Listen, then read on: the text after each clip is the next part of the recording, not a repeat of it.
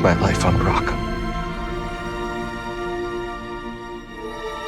You let me walk my own path when I needed to.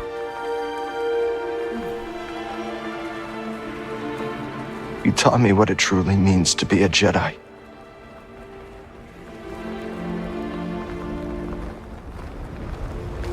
Now you're gone.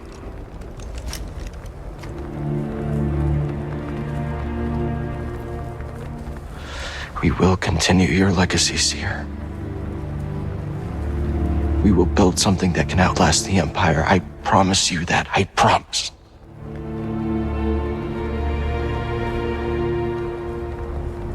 But I'm scared. I almost lost myself. I don't know if I'm ready.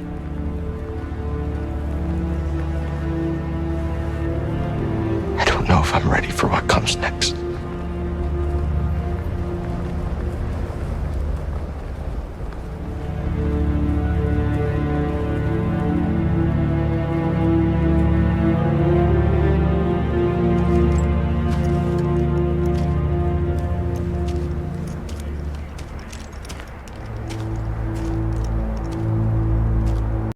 Notice that the firmest tree is easily cracked, while the bamboo survives by bending through. When the atrocities began and thousands of his kin were slaughtered across the galaxy, survival was his only option. Survival in a galaxy that hated him, ostracized him. Yet, despite this situation, he became the bamboo tree, bending and flowing through the brisk winds created by an all-encompassing empire that enforces a policy of submission or destruction. Recent Star Wars media has been disappointing, to say the least, and because of that, it's been difficult to care much about the recent films, shows, and games that have been released over the past several years. But one of the interesting concepts that has been explored over time has been the lasting effects of Order 66, especially from the perspective of those tremendously affected by it, from Yoda to Shakti to Obi-Wan. The legendary Jedi have been tasked with one thing throughout the destruction of the Republic, and that is survival. A person that endures, especially an ancient custom, observance, belief, or the like. That was the closest definition to what the Jedi have had to deal with over the years since the Purge. And the same can be said of Cal Kestis, once a virtually regular Padawan whose life was utterly destroyed as he watched his teacher die before him. He was tasked to survive.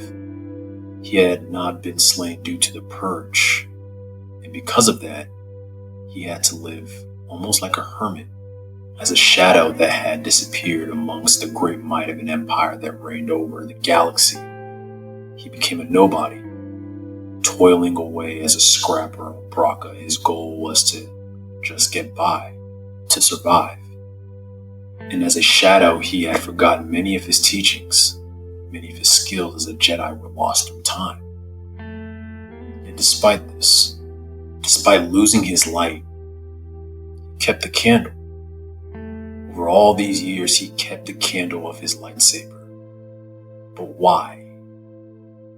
Was it to keep a memento of his former life? Maybe it was to help remember his teacher, to honor the Jedi who had sacrificed his life for Cal to continue his survival. Or did he keep it as a way to hold out hope? A hope that one day fate may call on the ignition of his lightsaber to illuminate a galaxy consumed by darkness. Whatever his reason was for keeping his lightsaber, the call for his light was made, and he replied. His survival took him on a path of Jedi restoration, and through his journey he regained his skills and even sharpened said skills, all while meeting an assortment of people that would help him along his journey to provide mentorship, friendship, and guidance through a galaxy that wanted him dead. His survival led him to becoming a revolutionist, choosing to actively wage war on that all-encompassing empire who had brought much chaos to the galaxy, brandishing his lightsaber to be an example of hope throughout a galaxy that was completely void of it. And because of that, he became a target. He suffered more loss, betrayal, and complete anguish. Despite his efforts over several years, it seemed like all his progress had been for nothing, as the Empire had seemingly continued to get more dominant. But as all survivors do, he continued to search, and his efforts had led him to a domain in which maybe his journey of survival would finally end, to where he may be able to finally rest. But it's unlikely, because he survives not just for himself anymore, but for an ideology of peace throughout the galaxy, to honor the goals of those that guided him, and to help those that are in need. So he will persevere and endure whatever is required, because even if the firmest tree cracks and breaks through the cloudy winds of the Empire, someday the sun will shine again. That tree just has to survive.